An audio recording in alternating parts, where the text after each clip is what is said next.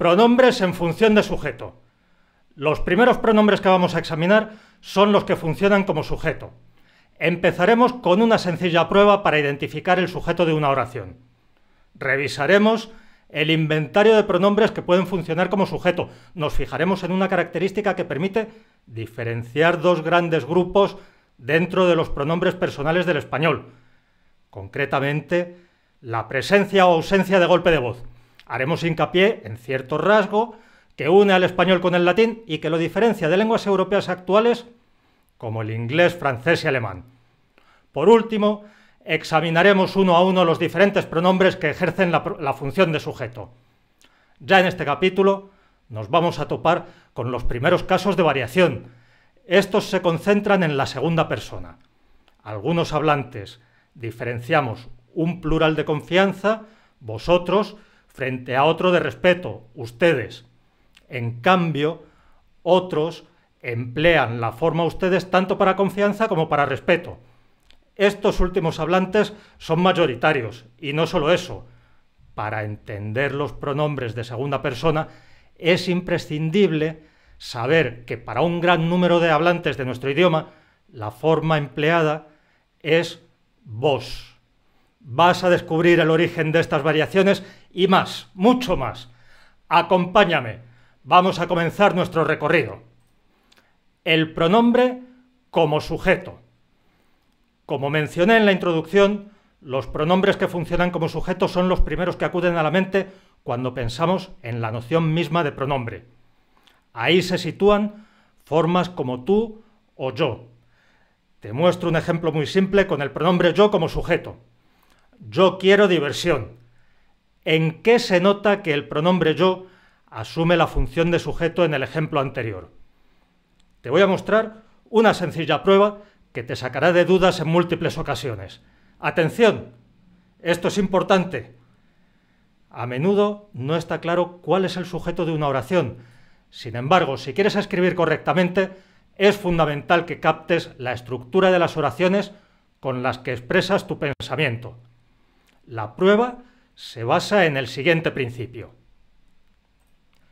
El verbo concuerda siempre en número con su sujeto, y no al revés. Este principio se cumple en nuestro ejemplo. El pronombre yo está en singular, su verbo está en ese mismo número, quiero. No obstante, el sustantivo diversión también está en singular. Imaginemos que no sé cuál es el sujeto.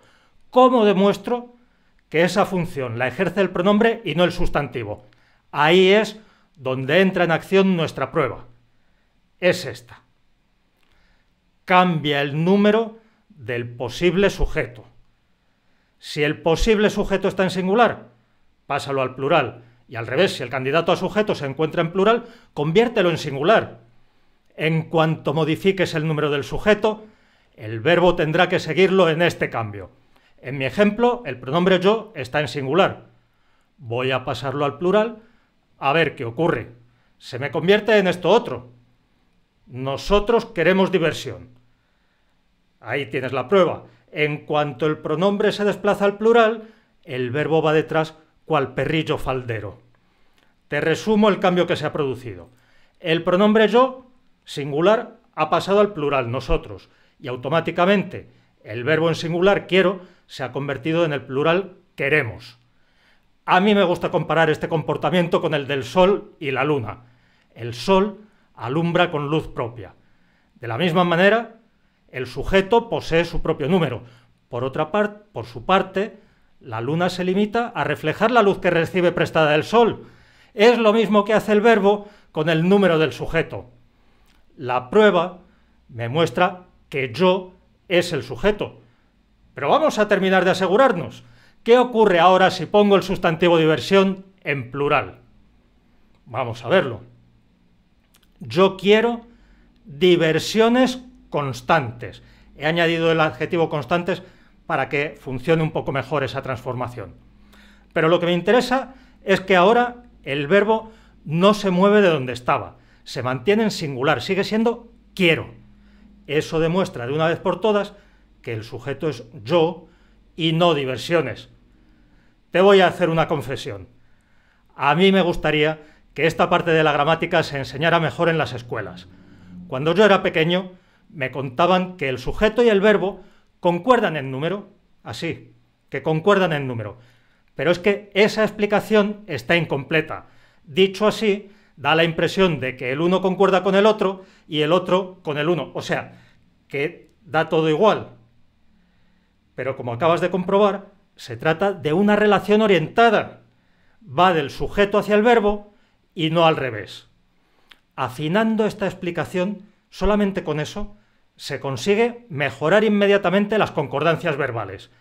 Estas constituyen uno de los principales retos gramaticales para muchos hablantes y sobre todo para muchos escritores. Ese es uno de los beneficios que vas a percibir en cuanto aprendas a identificar el sujeto de manera inequívoca.